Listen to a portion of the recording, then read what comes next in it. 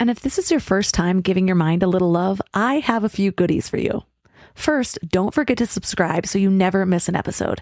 And second, sign up for the Morning Mind Love. Think of it like a weekday oracle from your highest self to help you start each day with a positive focus. Plus, you'll get 2 gifts absolutely free: a 30-minute binaural meditation and 30 days of journaling prompts to help you remember who you truly are. So join over 9,000 people and go to mindlove.com to sign up. Welcome to Mind Love, episode 272. Today's episode is all about the hidden motives that cause us to lie to ourselves and others.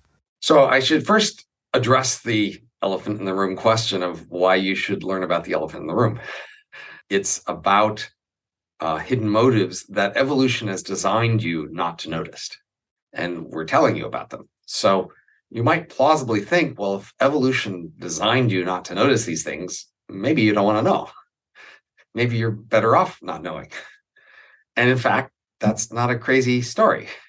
One theory might be that you are a special person in terms of your role in society, being, say, a policymaker or a social scientist, and you need more to understand what's really going on. But another kind of reason might be that you're especially nerdy and socially unskilled, and when you just follow your intuitions, it doesn't work very well. And so consciously understanding these things may go better for you. Turn up your frequency with Mind Love. Bite-sized brain hacks for seekers, dreamers, and doers. It's time to give your mind a little love with your host, Melissa Monti.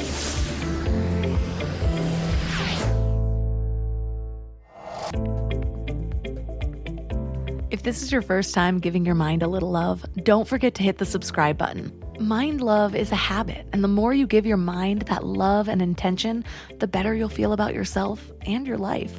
Plus, it's really a win-win because more subscribers means Mind Love attracts even more amazing guests to bring you their wisdom. So don't forget to subscribe. No one wants to be called a liar. But what if I told you that you, and all of us, lie to each other and ourselves all the time?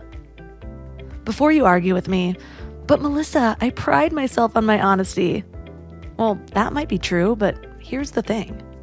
It's not a conscious process. We've heard the expression, the elephant in the room, right?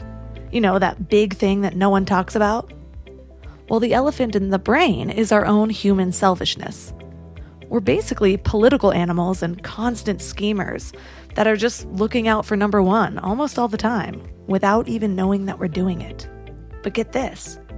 We don't only constantly deceive others. In order to better deceive others, we also deceive ourselves. And that makes sense. We can lie with a clearer conscience if we don't admit to ourselves that we're lying. Maybe we put our heads in the sand while pushing our own agenda, or we refuse to look at the counter-argument at all, or we block out evidence that doesn't support our narrative. I have seen a lot of that in the last few years. But the crazy part is, our subconscious does most of the work for us.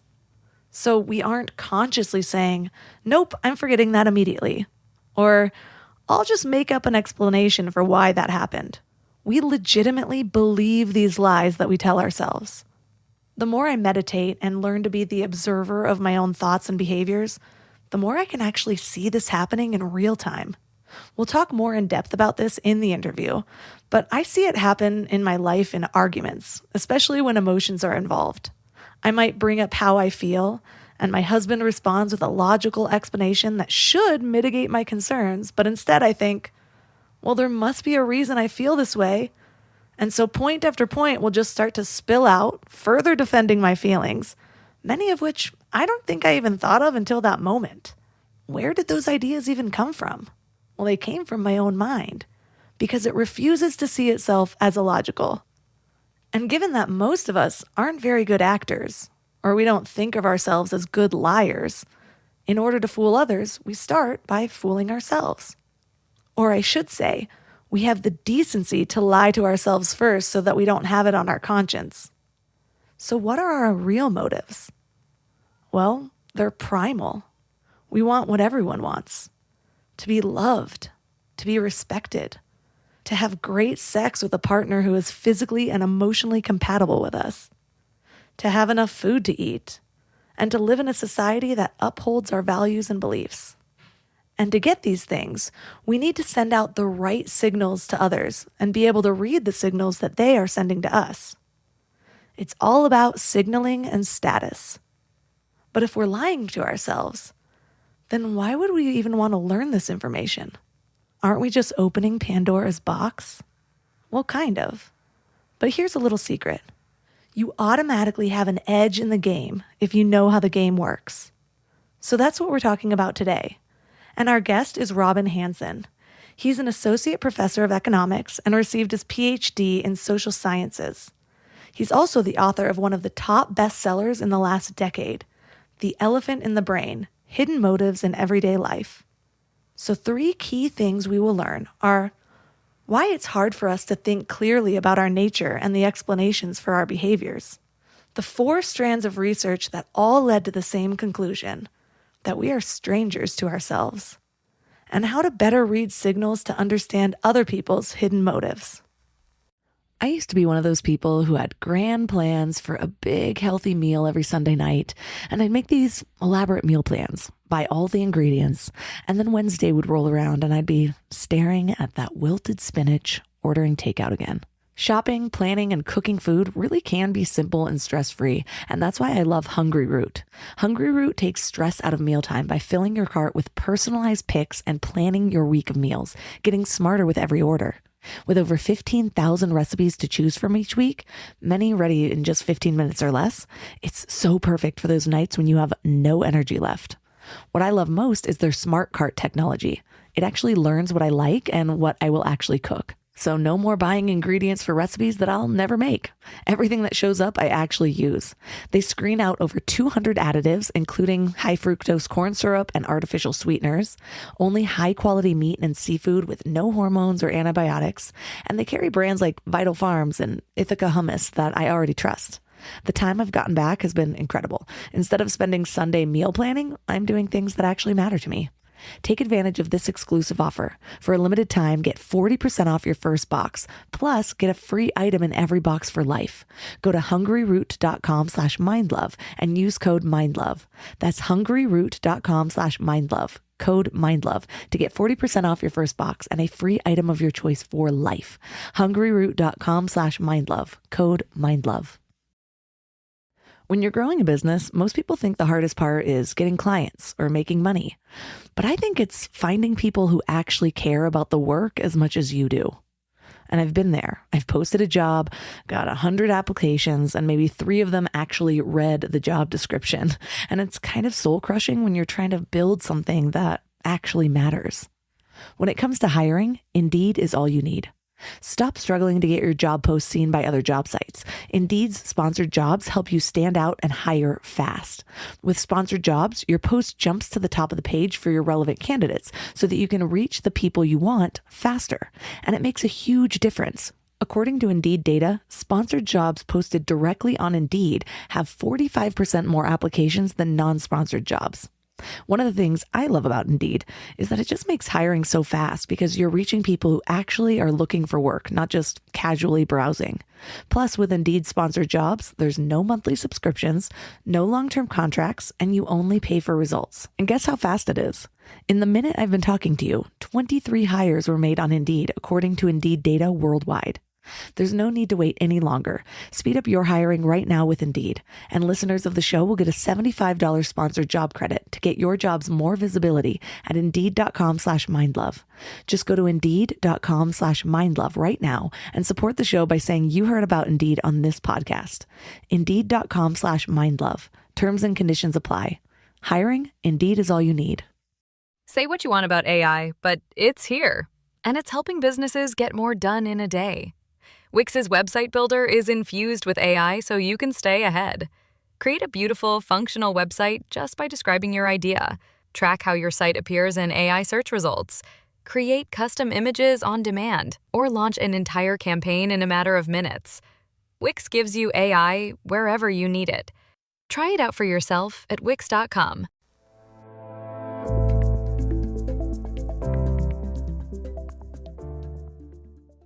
And now let's welcome Robin Hanson to the show. Very nice to meet you. So, what inspired your work? What was your first glimpse of the elephant in the brain? I am an economist by profession. And during that time and before it, I've been thinking of many sort of big social science reforms. And I noticed initially that it seemed much easier to come up with big reform ideas in social science than it was in my previous fields of physics and computer science. And that really attracted me to social science because I wanted to make all these big changes. And what I didn't realize initially that I came to learn is the reason why there are so many big improvements possible in social science and not in other areas of physical science is that we don't actually we don't actually adopt them. They just sit there decade after decade as the promising things we could do if only we would choose to. That's puzzling to me. And learning to be a social scientist, I kept coming across these things that just didn't make sense. So for example, my first job after getting a Ph.D. was a postdoc in health policy. So I spent 2 years diving into the details of health policy. And I did that with a theory background, having learned a lot of sort of general economic theory and having the usual sense of what general theorists think about health and medicine, and realizing that that sort of set of usual concepts and theories didn't help much to understanding what was actually going on. It was just weird and different. And over time, I've seen more and more things where we have this consensus on the high level theory that would make sense to apply to an area. And then you get into the details and the details are just really different. And you go, well, what's going on? Why are these things all so weird? And that gets worse and worse the more I know. And I was struggling to come to terms with why do we have these nice, simple, clean, elegant, understandable views about ourselves and the way the world is, views that correspond to what most people say about themselves if you ask them. And then you get into the details of the data and it's just really different stuff. And so this book is describing my attempt to come to terms with that, to make sense of stuff that didn't make sense. And the simplest account I can have to make sense that actually gives me some purchase is the idea that our general theory is fine, except it's just making the wrong assumptions about what the people's goals are, what their motives are, what they're trying to do with familiar things. We don't need some, new sense of the nature of rationality or the nature of society or things like that. All we need to do is just question what we had assumed about what things are for. Well, the difficult part is that we don't usually even know our own motives. And it was really interesting for me to read your book because it filled in a bunch of gaps of something that I learned back in 2013. I randomly came across a YouTube video. I was staying at my boyfriend's house. He had a whole day of work, so I was just diving in online to anything I could find. And it was this video called Athene's Theory of Everything. And the whole concept was how often we make these decisions and we don't necessarily know why we do it. It's an irrational decision that our brain makes, but we can't accept that we're irrational, so we will come up with a bunch of reasons. And I haven't heard anyone talk about that until your book. And I was like, oh my gosh, this is what it's about. It's that we will sit there and not even know that we're lying to ourselves or we're deceiving ourselves. And so if that's the case, how do we come to terms with the motives of anything? Because none of us really knows. Well, if we all didn't know and knew we didn't know, we could at least start in on the problem and be very conservative and cautious in making conclusions and slowly figure out a little bit more, perhaps still frustratingly not knowing very much. But the weird thing is that's not what we do. We act as if we know a lot and we're quite confident and that we all agree on these things. We're all quite confident. And then we go on for decades before we realize we're wrong, before we realize that, in fact, we know a lot less than we thought. So it seems like the more means of science that emerge, the more things that we have, it seems like there's the more theories of everything. Like anyone who's been in the health field knows that there are 1 million different ways to potentially eat or work out or whatever. Everyone thinks the other one's wrong, and all of them seem really concrete. But what's cool about this research is that You talk about how there's actually 4 different strands of research that all lead to the same conclusion that we're strangers to ourselves. Can you share a little bit about what those are? Well, the strand where I came from initially was just the ordinary social science and the puzzles that ordinary social science presents. So, for example, the ways that medicine or school, et cetera, isn't what we expect. That's me being a social scientist. And then there are psychologists, of course, who study the human motivation and human feeling. And then they have come to the strong consensus that people are just often misled about their motives. That's just a standard point of view in psychology. It's old. So some psychologists reviewed or read our book and said, look, your main conclusion is just well known. It's not new. Yes, of course. We all know that people are often wrong about their motives. So that's psychology. And then there's evolutionary psychology, which is more trying to have a larger theoretical framing of what reasons could we have? What would plausibly be the reasons that we would have for doing various things? What is the space of things that would make sense to be reasons? So when we are looking at all of these things, we can go to apes, the way that apes interact, the way that we interact, brain studies, and it all kind of comes back to this idea that we hide our motives, and not just to other people. We hide our motives from ourselves. But what is the main reason for this? Like, I know that in itself is a motive, but like, what is our brain trying to accomplish for doing this? So the structure of our book is that the first third roughly tries to explain why it might be plausible that you might have hidden motives, why that might be a thing that could make sense. And then the last 2/3 go over 10 different areas of life and try to convince you about the specific hidden motives in each of those areas. But the larger plausibility argument is the idea that your conscious mind, the thing I'm talking to right now, that's listening, you think of yourself as the president or king of your mind, and you're not. You're the press secretary. You're not in charge of making these decisions. You're in charge of justifying them. You're in charge of talking to other people and explaining what you're doing and why so that they won't think badly of you. That's your job. So the press secretary isn't usually told the real reason for things. That gets in the way of their coming up with good explanations of things, and that's your job. You aren't supposed to know what's really going on. You're supposed to justify it. Now, you might think, why would there ever be motives I would be less than fully embracing, right? Why would I ever want to hide any motives? Why could there be any bad motives? What could that be exactly? And we say, well, compared to other primates, humans had norms. We used language and weapons to enforce, and that changed the nature of group interactions with humans and allowed us to have much larger groups and more peaceful groups and more cooperative groups.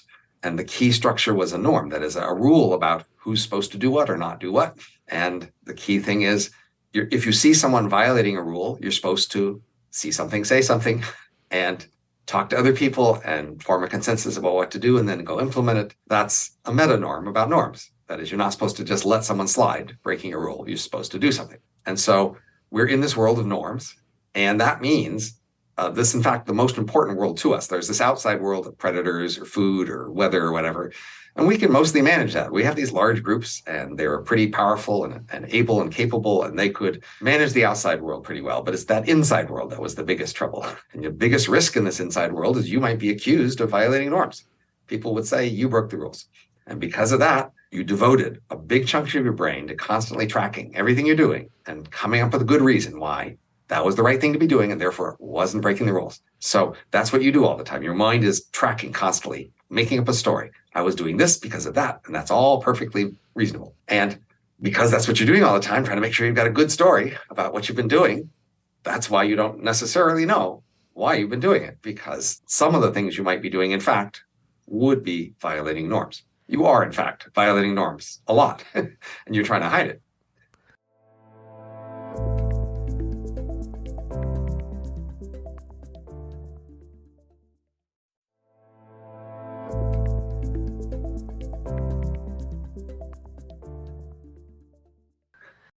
I feel like this is why I've always been such an outlier. I am the norm pusher. I like to break those norms. I don't like when everyone's doing the same thing. That's my signal to be like, what is going on here? I have obviously been very controversial in the last couple of years of life. And so, but what is the purpose of doing this? Is it the competition within our own species? And does it have something to do with why our brains evolved so large? So the main environment that mattered to our ancestors was each other. And this environment of each other is complicated. It's socially complicated. That is, larger groups might break into factions, and different factions might need to know who's in their faction, who's out. And for any one candidate, they might wonder how good would they be to have in our faction, or how loyal are they being? Are they betraying us, pretending to be part of the other group too? So sort of social reasoning is complicated because if we hear A talk to B about C, we have to know all of their relationships and all the different theories about who might have a reason to not be honest about any one of those things. So our social world is so complicated that that's, in fact, the plausible reason for our unusually large brains. The major reason for having such a large brain is to be able to manage the social complexity of those large groups. Now, you might have thought that that would be true if we just had complicated Machiavellian politics all the time, the sort chimpanzees do, right? They have alliances and they break up and they split and the different groups form and they're betraying each other and they're just doing all these complicated things. And that would just require huge brains. But we have these norms that keep the peace. So the more successful our norms at keeping the peace and making us cooperate, you might think the smaller the brains we would need. So from that point of view, it's a little bit of a puzzle. Why do we have the biggest brains of all if we're supposedly using all these norms to keep the peace? So an answer is that we are following these norms, but we're getting away with breaking them whenever we can.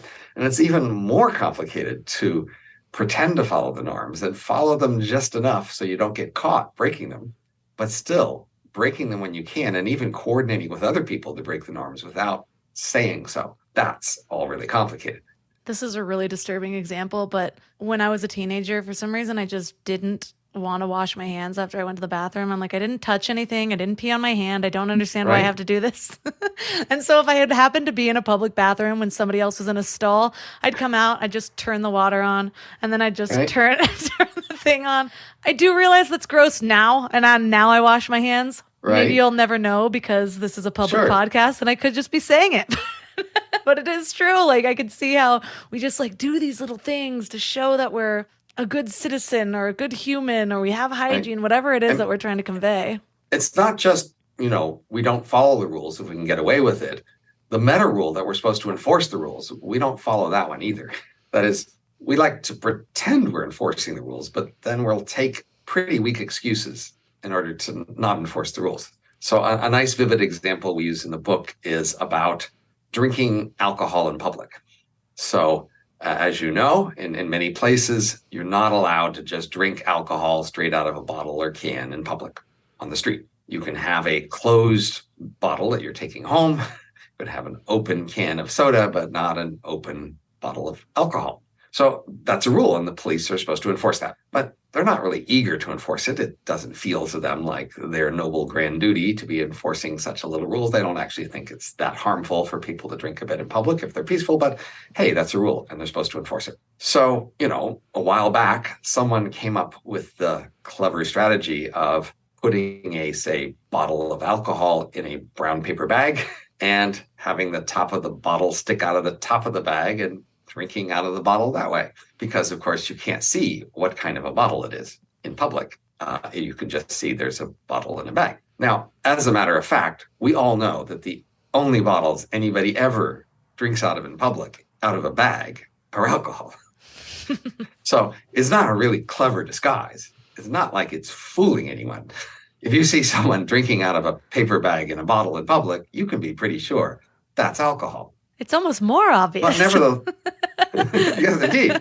But the police have decided that this can be an excuse because they can't be sure what's in the bottle. And so they can let you pass. They can let it slide because they don't want to enforce the rule. And you've given them an excuse not to enforce the rule. So this is a kind of thing that happens a lot in our human world. So that is, one of the ways to break the rule is to hide it and not let anybody see you. But another way to break the rule is to break it and let other people see you who don't really want to enforce the rule. And then you just need to give them any little excuse to pretend they didn't see it, which they're often quite happy to take. So the other people in your bathroom when you were a kid, they may have noticed this, but they may have thought, well, did anybody see me noticing this? If they saw you, but nobody saw them seeing you, well, they could figure, I'll pretend I didn't see that and go on my way and not make a confrontation here. Yeah, I feel like I'm confident in my sneakiness, but doesn't everyone? Well, one of the other things that we do besides, I don't know, adhere to these norms, enforce them, break them, like this push and pull of these just dumb society games, is that we signal. Tell us about what signaling is and how it plays out in real life. So signaling is just another name for showing off, or doing what you do with an eye to how it will appear, how it will look to other people. So whenever you adjust your behavior with an eye to the fact that people are looking at it and wanting to look good, and in essence, you're signaling. You're trying to look better by how you look. And, often there are characteristics of you that you're trying to make look better. So, for example, many of us would like to appear smart, and we're going to choose our words and actions in order to appear smart, over and above their functionality.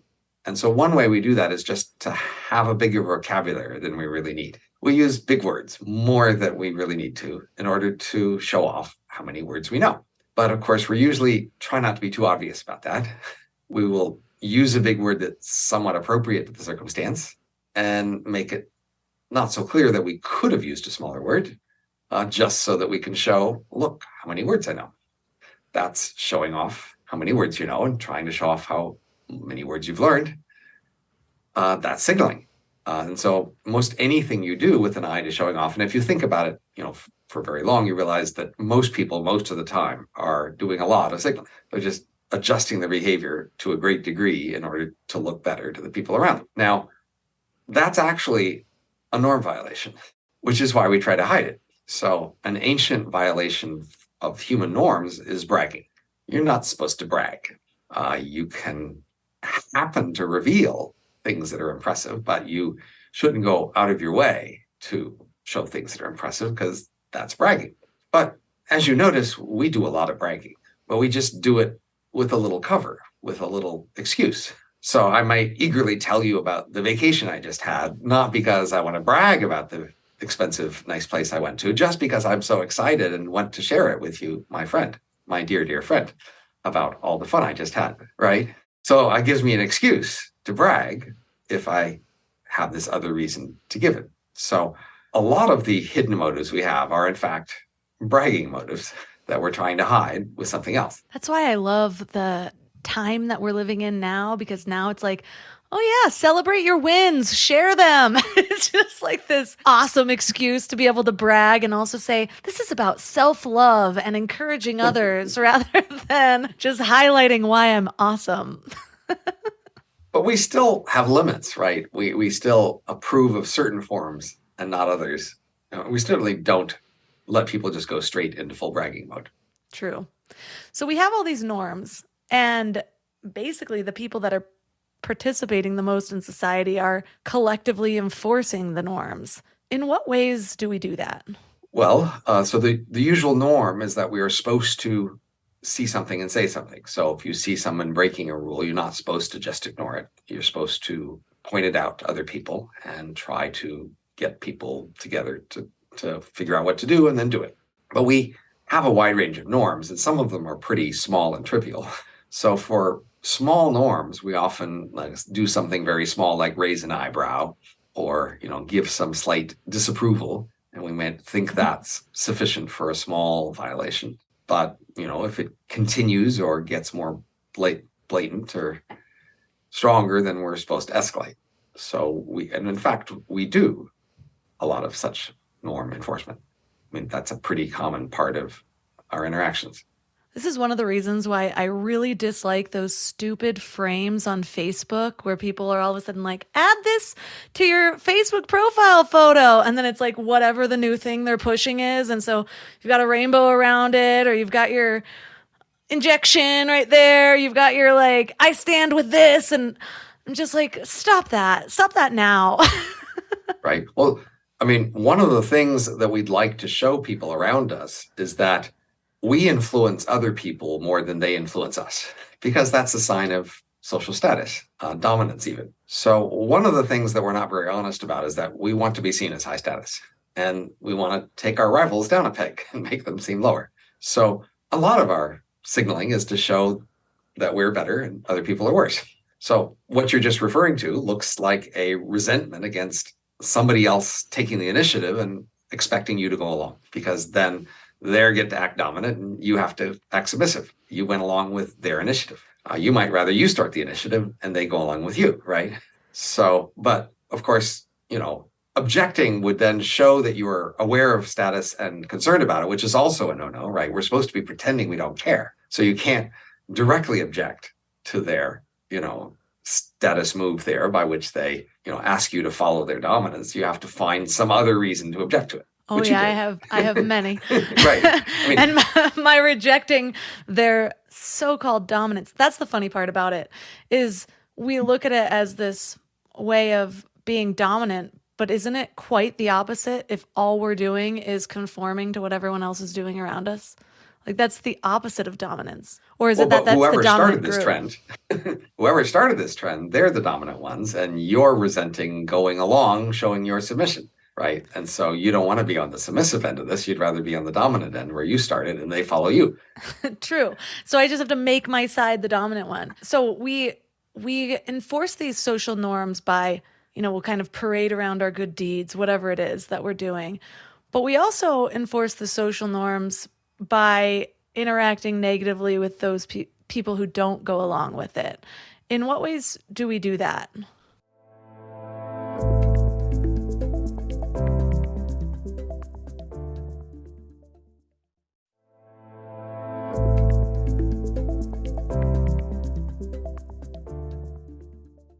But we also enforce the social norms by interacting negatively with those people who don't go along with it.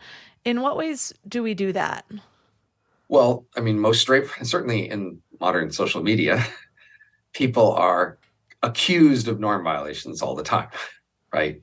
So people enjoy being indignant at someone else's violation of whatever norm they're invoking, and they are trying to shame and disapprove of people who are, supposedly violating a norm.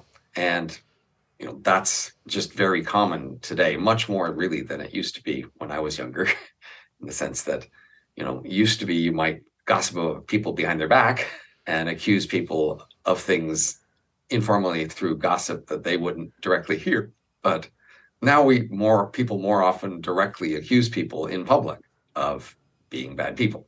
Yeah. And they pile on too. People enjoy piling on to such things because they, get to feel pro-social by dumping on somebody. And there's so many layers to it because, if you're just a person with a social media account, you might all of a sudden receive some comment on your feed. If you have a more public life, there'll be like a Medium article written about you, or like all of a sudden people are tweeting about you and you're like, I didn't even ask to participate in this conversation. You don't know my motives. I don't even know my motives. But these pressures, I think, are getting stronger. We're on the upstring at the moment, and so we haven't peaked yet. So I think you have to expect more of this in the future. So when you see these things coming out, because you have so much awareness of all of these kind of social pushes, the norms that are being created in real time, does it help you to just do you zoom out of that? Do you not kind of fall into the trap as easily because you are so aware? Or do you go with it because you know how society works? So I should first address the elephant in the room question of why you should learn about the elephant in the room. That is, so our book, and so it's a book with a co-author, Kevin Simler, that I should credit here. It's about hidden motives that evolution has designed you not to notice. And we're telling you about them. So you might plausibly think, well, if evolution designed you not to notice these things, maybe you don't want to know. Maybe you're better off not knowing. And in fact, that's not a crazy story. So we have to come up with a reason why somebody should read our book to counter this theory that's a plausible theory that, in fact, you don't want to know. So One theory might be that you are a special person in terms of your role in society, being, say, a policymaker or a social scientist, and you need more to understand what's really going on. But another kind of reason might be that you're especially nerdy and socially unskilled. And when you just follow your intuitions, it doesn't work very well. And so consciously understanding these things may go better for you. So that's more my role. And I think someone like me who's just naturally socially unskilled has an advantage, at least in social science, of noticing things that other people don't notice because other people just smoothly glide along socially without even thinking about it. So if your mind is just telling you exactly what to do, lying to you about why you're doing it, but still telling you the right things to do so that you are effective in your social world, you won't necessarily notice that if you're in fact effective. Whereas if you are not very effective in your social world, you will stumble, put your foot in it, and notice problems.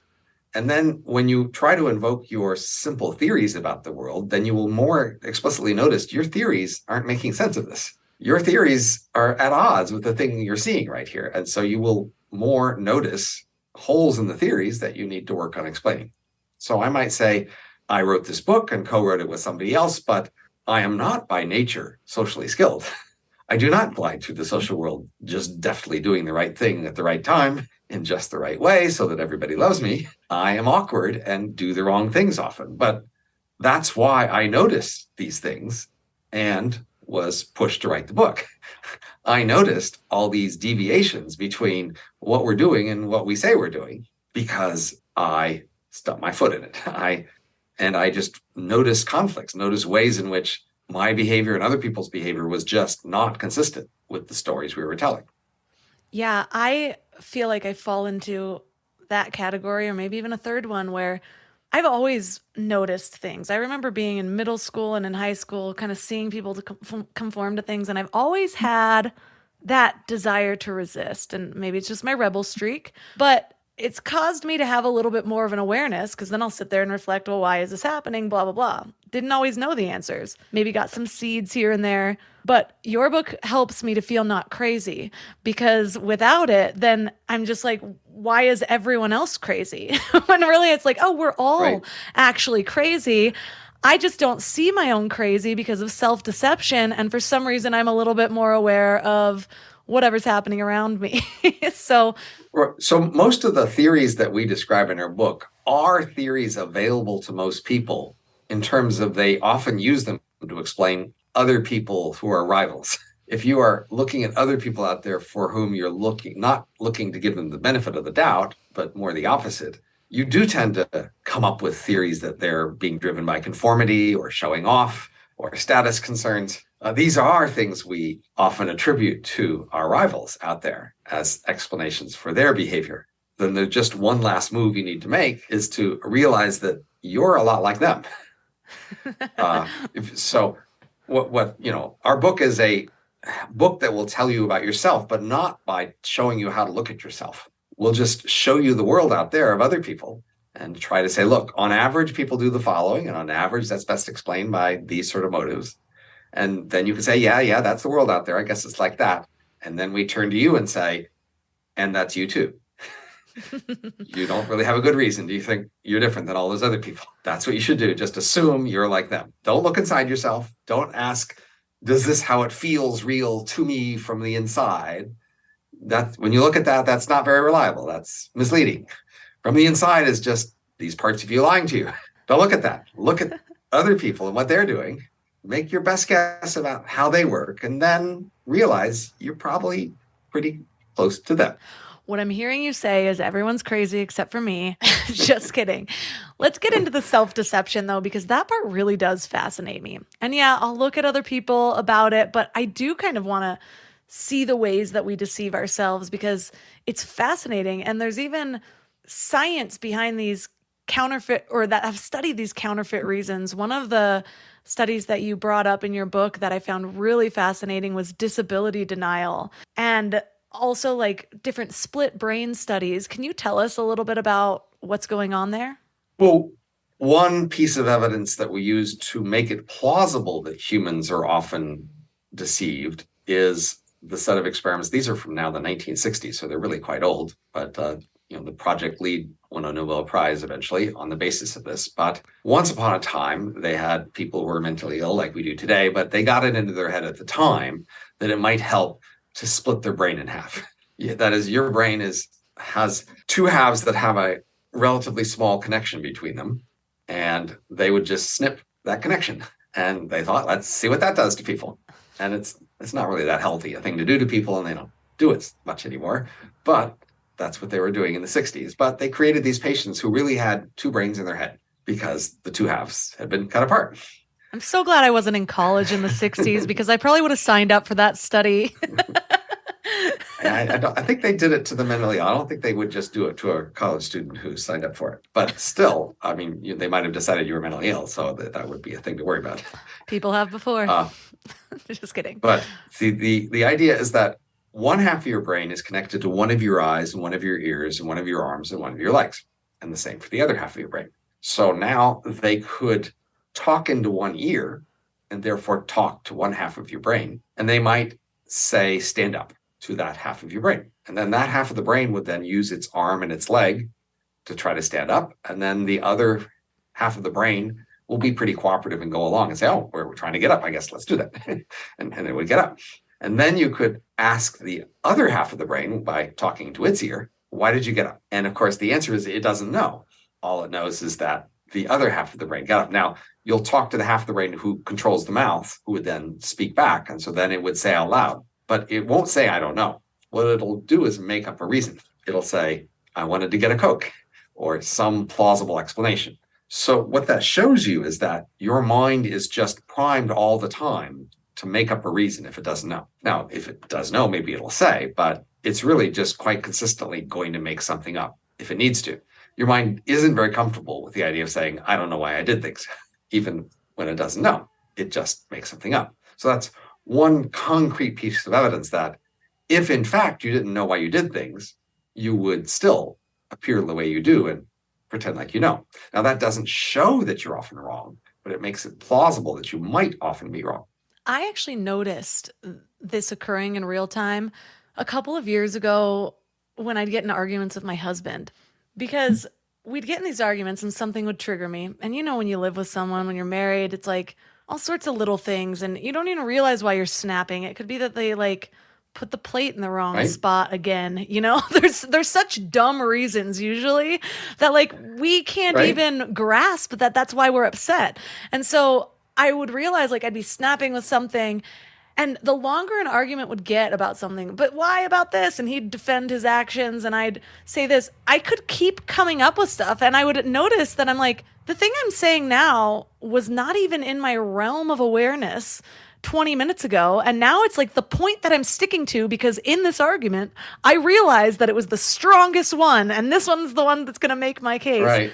And that was around the time, around the time when I had just in my mind that random YouTube video I thought about the theory of everything. And I'm I'm doing that thing that YouTube video told me, where I'm just making up reasons as to why I'm even upset. I'm actually upset because you can't put the bread in the right cabinet. That's the only reason, but there's no way I'm saying that. Now it's about everything else we've ever been through. So it's really quite shocking in a certain sense. I mean, so if you think about people who, live in our ordinary world younger, and you think about what's the most radical thing I could learn about the world? The strangest thing, right? Maybe that there are ghosts or UFOs or real aliens or something like that, right? So people often go to extremes looking for what would be the most surprising, shocking thing I could learn about the world.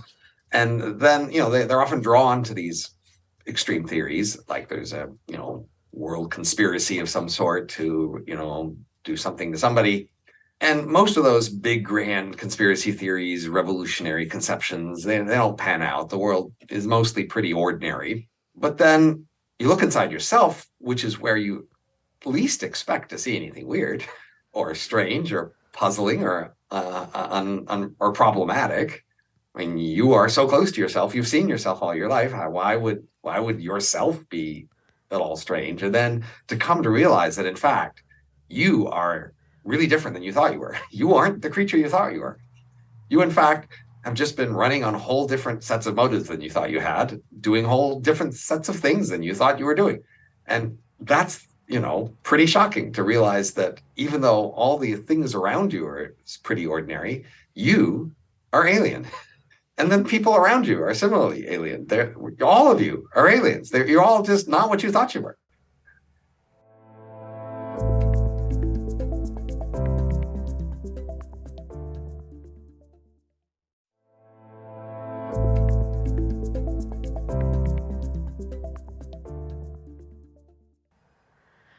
We're all just in these meat suits, doing all these cues, these social norms, pushing each other to do stuff. We have no idea who we are, what we think, and why. But I'm wondering how these hidden motives appear in everyday life. What are some of the things that I found fascinating when I was going through your book was around body language. You say that we're actually blind to body language because it often betrays our ugly, selfish, and competitive motives. Can you talk about that more? So we've been talking pretty abstractly so far, but I think most of our listeners won't be very convinced of my main claims only hearing abstract descriptors. The thing that will bring it home to them is to get to concrete, specific things they do and to see in those specific contexts that, in fact, they don't know what they're doing. So one of the first chapters in the book in talking about concrete things is body language. So, you realize that when people are talking to each other, like I'm talking to you, our focus mentally is usually on the words. And we're aware that the words have a cadence and maybe a tone and some emotional expression in the voice. And we're modestly aware of those things in the voice. And we're usually less and less aware that other parts of our body and environment are also communicating things to people. Our posture, if we're walking, our pace that we're walking together, and things like who interrupts who talks how long. There's all these details that communicate a lot about what we mean. And we spend a lot of time in school on the words. Make sure people learn more words, and they give them an assignment about the words, and they have to spit back the words, and they have to write an essay in the words, and we change the essay in the words. And then when you're communicating in body language, you're never taught about any of that, right? You don't have school lessons about how to do the body language different and practice. It just as if it wasn't there, as if it didn't matter at all. But once you pay attention to body language, you realize, well, it's often what we're doing most of our communicating with. Often the body language is saying most of what we're saying. And you might think, well, why aren't we aware of that? Well, so the main reason is that often what you're saying with body language is stuff you're not supposed to be saying. So, for example, we often flirt with body language, and when we're not supposed to be flirting, when we're not supposed to be on the market to be flirting. And we will deny we're flirting if accused or challenged, but yeah, we're flirting. And that's just a thing we do all the time through body language. And there's also this thing called status moves. So when two people are interacting in general, they are negotiating a relative status. And that status isn't equal. Somebody is higher status than the other person in the interaction. And they agree on this. They don't just fight over status. They tend to come to an agreement about what the relative status is in their discussion. And this will be revealed in terms of who looks directly at who looks away, who has an open posture, who has a closed posture, who interrupts more, who, takes the lead in topics, who sets the pace of the rhythm.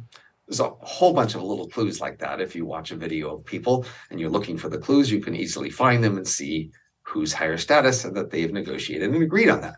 But if you take two pairs of people talking and you say, which of you is higher status, they'll usually deny, what are you talking about? We're not higher status here. We're just friends talking. But not only are there these status moves, actors need to learn them in order to seem realistic on stage.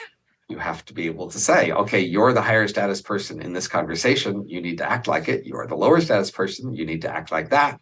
And then they need to know how to act that way so that they will act together as they should and realistic on the stage. But you might think, why don't we know about this?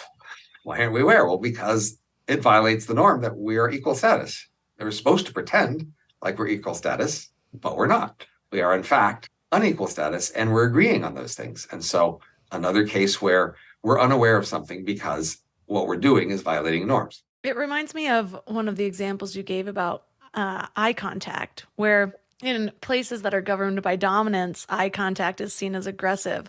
I believe that this is something that happens in China. I don't want to spread rumors, but, or maybe it's Well, it more happens in the US too. yeah. Well, where they like people aren't allowed to look into the eyes of people in charge or something like that. Maybe it was just a movie. I don't know. I'm spreading rumors on a podcast. I mean, it's true in the United States and in the West as well that when somebody is projecting dominance, you're not supposed to look directly at them because that will be seen as a challenge to their dominance.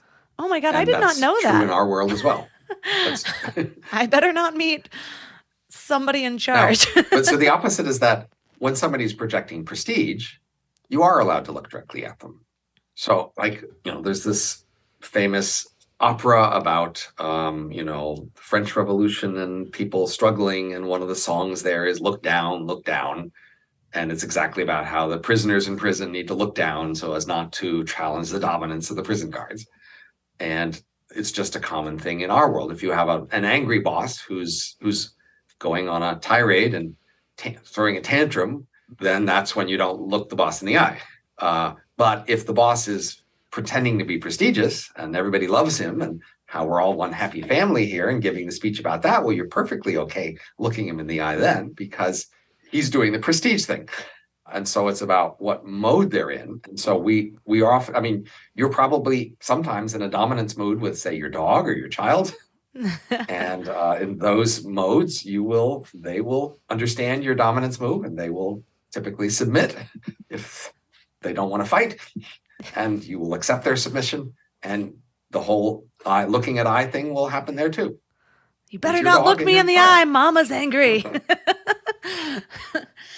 So another thing that I found really interesting is around laughter and how laughter is more of a social cue than it is an actual reaction to something. And one of the ways that you guys, or that this has been figured out, is that we'll laugh 30 times more in social settings. And then also the speaker laughs 50% more than the listener. What is happening there? Well, it's especially noteworthy that most laughter isn't about anything like a joke. We just laugh without jokes. So play is a fundamental feature of a lot of kinds of animals. I just even read today that bees play, if you can believe it. You can give them little balls and they will play with the little balls. Aww. So animals play. And play is a mode where you're relatively safe and you're going to go through the motions of important sort of actions, but they won't have the important consequences they usually would. And so you can just sort of practice the sort of basic. So, little animals will do play chase and play fight. And when they're play chasing or fighting, when they finally catch each other, they won't actually hurt each other. Their claws will be withdrawn and they will play out the motions of chasing or fighting without actually doing so. And that's a way of practicing. And humans practice a lot, but we are very social. And so much of our practice is social. Much of what we're practicing in is social interactions, but we do a lot of practice. Now, for animals and humans, when you're playing and practicing, you need a way to know when you should stop playing because something got serious. So if, for example, you're play fighting and you accidentally bite your partner and it hurts and they squeal, well, then you need to suddenly stop playing and retract and back off and see if somebody's hurt and what to do. Or if you're playing and all of a sudden, say, a predator comes near to threatening, you need to stop playing and say, hey, it's serious. Now we need to run away. So animals and humans need to monitor whether they should keep playing because things are still safe and we're enjoying it, or whether it's time to stop playing because something serious happened. So for humans, laughter is a main signal that says we're still playing. It's okay. And that's the kind of signal you need to give when there's a doubt. Are we still playing or is someone hurt? So for humans, if we're all feeling very safe, it's not funny. We're not laughing. And if somebody gets hurt, it's not funny or it's serious. But if somebody looks like they might have gotten hurt, then they laugh to say, I'm not hurt. We're still playing. And so we humans often play fight, play insult, play all sorts of things for practice, but then somebody might look like they got hurt. So, for example, much stand-up comedy often involves insulting people, pointing out people's foibles and embarrassing things. And that's funny because it looks kind of like somebody might be getting hurt.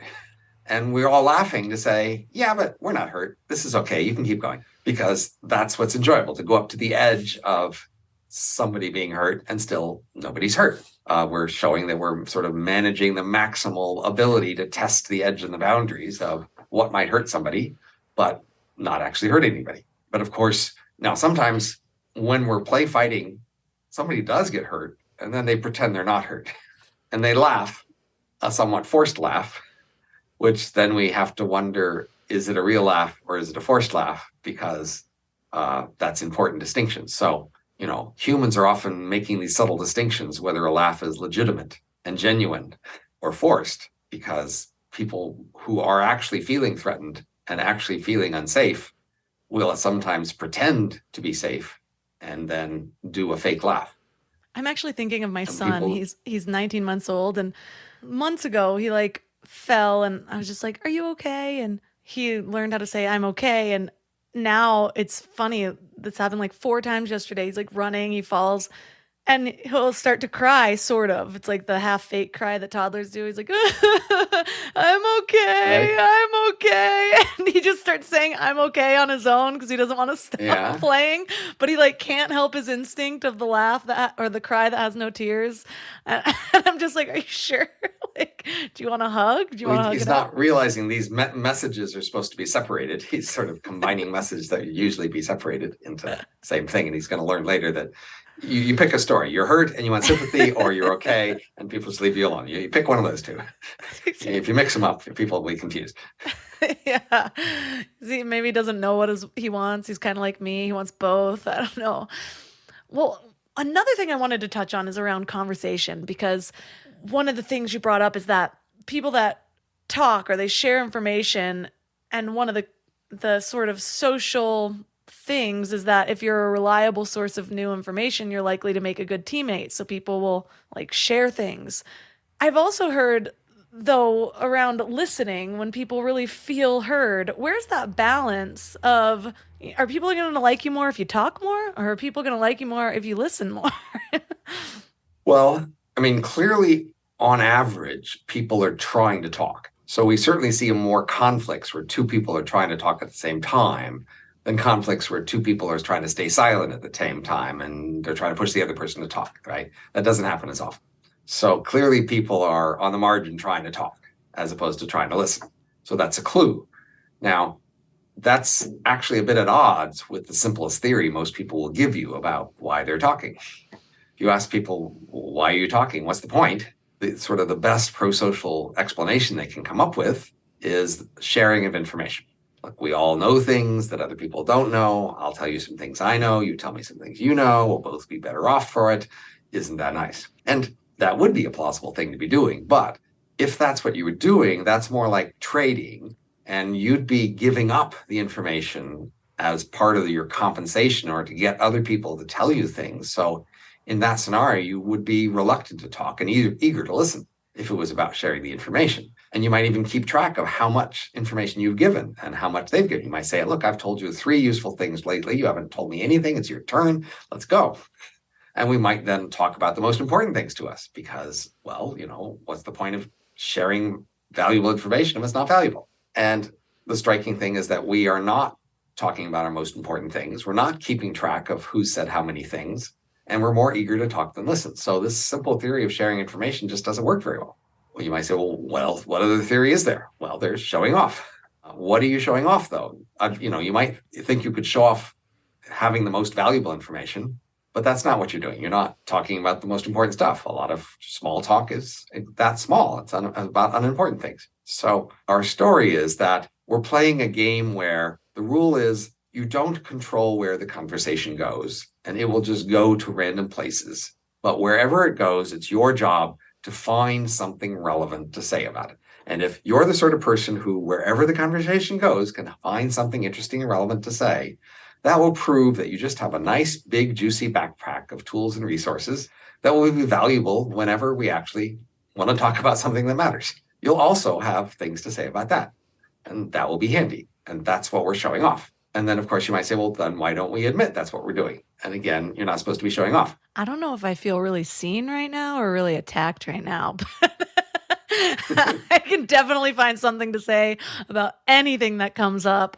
Wasn't aware that was my motive, but now that you say it, Right. it's And you sitting might pretty wonder well. why tolerate all the small talk? Why not go whenever you could to the most important topics and talk about those? Because people do have an aversion to that. They do get uncomfortable if you talk about important topics. They'd rather do small talk. Again, feel seen. I'm the person who keeps trying to make it deeper. And yes, people are usually uncomfortable and then they do the, oh, cool, look over there. And then they walk away. And I'm like, Right. this is why I have a podcast, because I can bring people on and make them talk deep with me.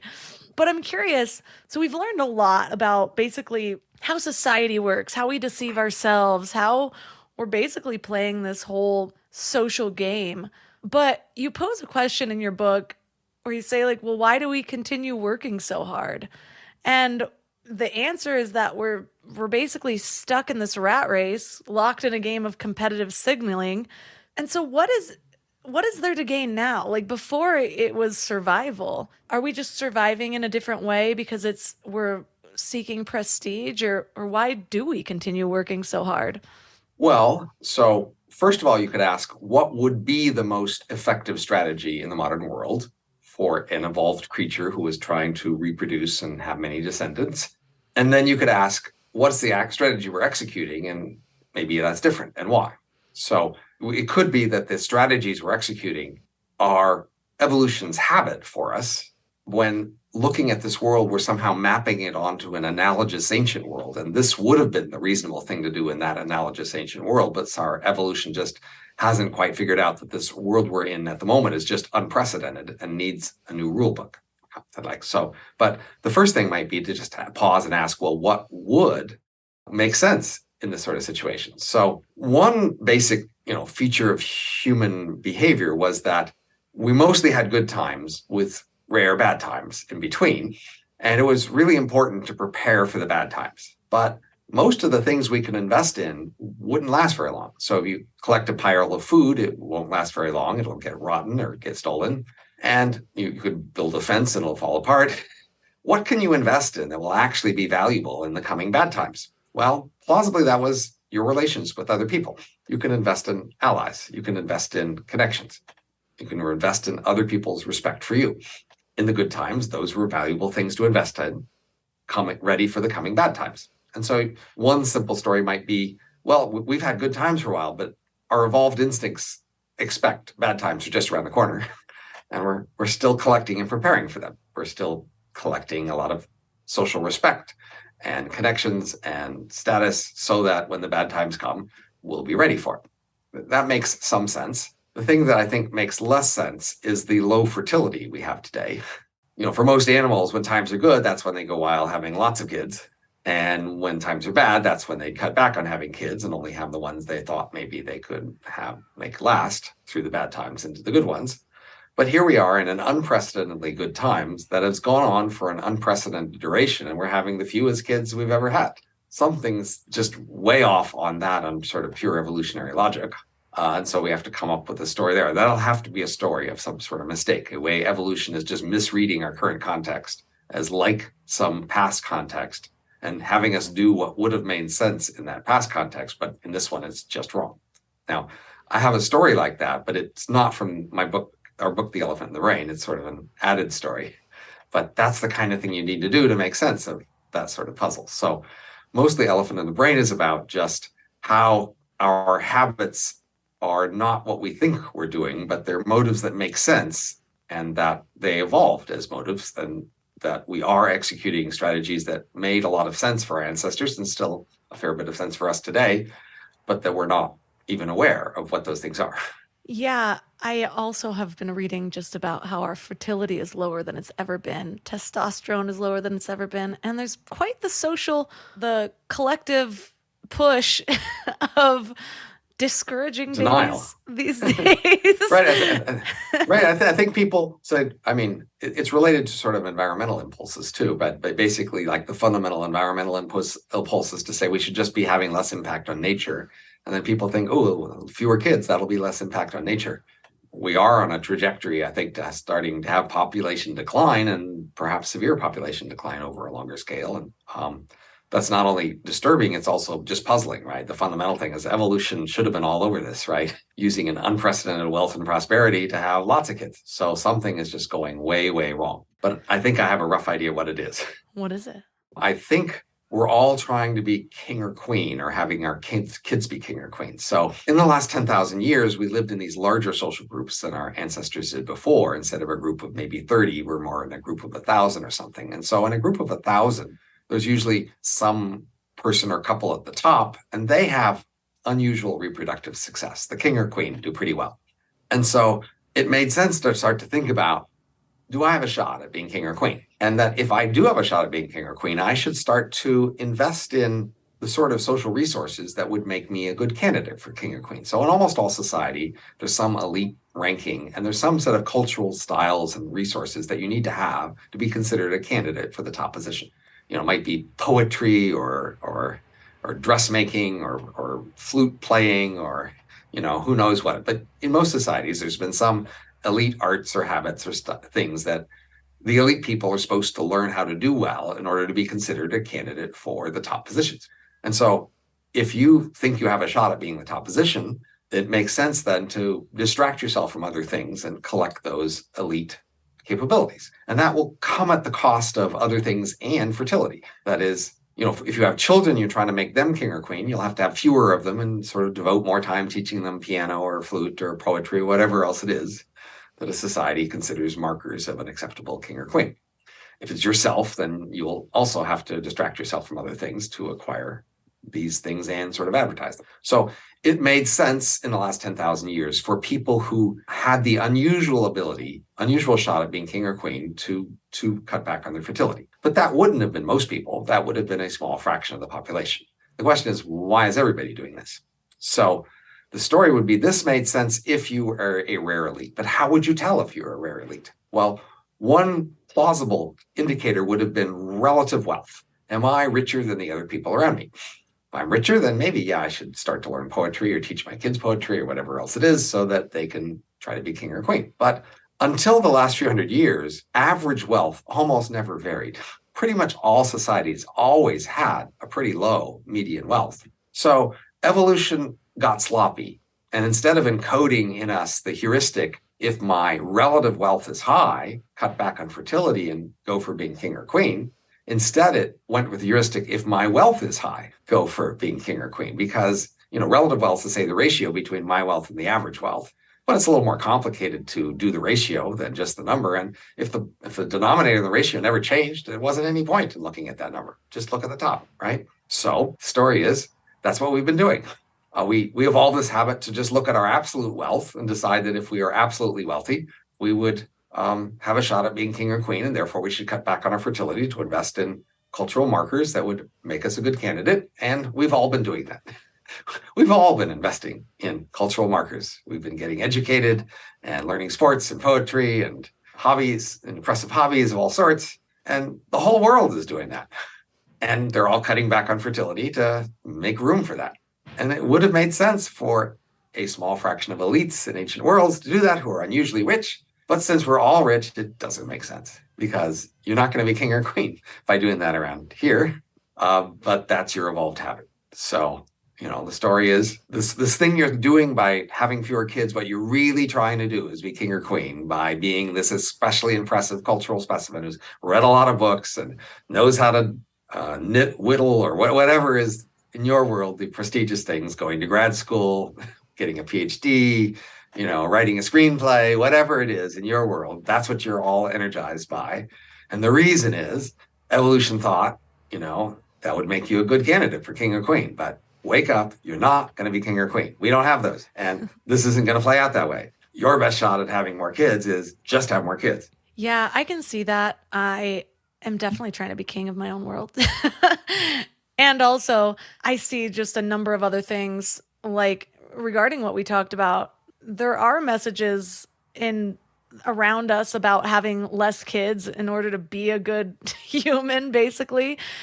Almost every world leader talks about overpopulation all the time and how to depopulate, not in the conspiracy way, but just, there's, I don't know, just in ways that we can stop our carbon tracks or whatever, and which is just funny to me because then everyone's getting their 12th iPhone of their life, but not having kids, or they're buying like their 100th piece of clothing off of Amazon straight from China, but thinking like, if they don't drink from this straw this one time, they're doing their part. So I feel like there's probably like 8 different factors contributing to that. And not to mention, because of the health of our world, the microplastics, the crap in the US food system, because we have the worst food laws in any developed nation, that, a lot of people just can't even have kids right now. I know more people that were most struggling of it is with the choice, fertility. right? I mean, surely people vary in who can have how many kids, but mostly it's a choice. That is, people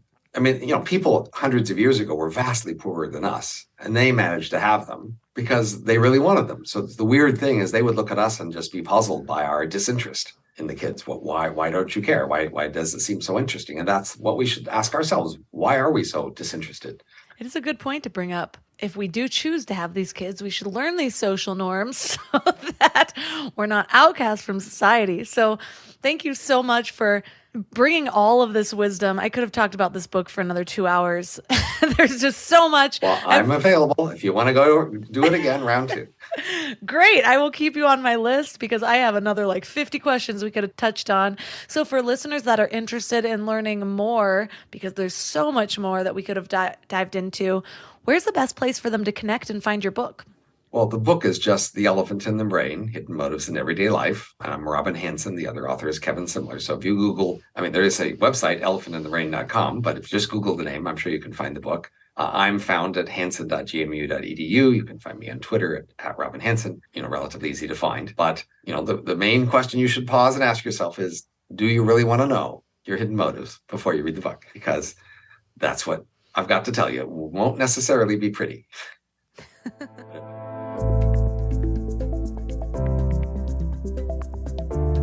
All the links for this episode will be at mindlove.com/272. Your challenge for this week is to bring awareness to some of the signals that you're signaling.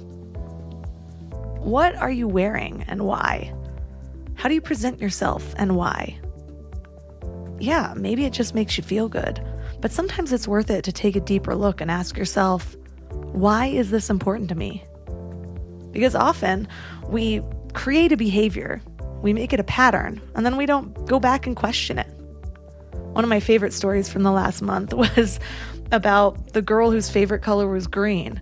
And she was finally asked why her favorite color was green when she was in her late 30s. And she realized that the first time she ever said that was when a crush of hers in elementary school said his favorite color was green. So hers was too. And then she just never questioned it after that. We do that all the time. We maybe like to wear certain things or speak in a certain way, or we present ourselves a certain way on social media, and just ask yourself, why? Is this for me or is it for someone else? It doesn't really matter what the answer is, but the more awareness that we can bring to our own actions and thoughts and feelings, the more intentionally we're actually able to live. So often we create these patterns based on what we think other people want, or because we think it's going to improve our status somehow, when we could be creating our lives from the inside out, deciding what feels best to us as individuals, how we want to be in the world, regardless of how it appears to others, and then start consciously creating patterns around that. So let me know how it goes. Reach out to me on Instagram at mindlovemelissa. If you'd like to support Mind Love, the best way to do that is by joining Mind Love Premium at mindlove.com/premium. You get over 50 exclusive episodes that are only available for premium members and soon to be 100. Plus, you get early release and an ad-free listening experience, plus meditations and other bonuses. You can also support one of my sponsors at mindlove.com/sponsors, or you can leave a 5-star review on Apple Podcasts or Spotify. And that's all for today. So thanks for giving your mind a little love today, and I'll see you next week. Thanks for tuning into Your Higher Frequency with Mind Love. Head to mindlove.com for a free gift to keep your vibes up until next week.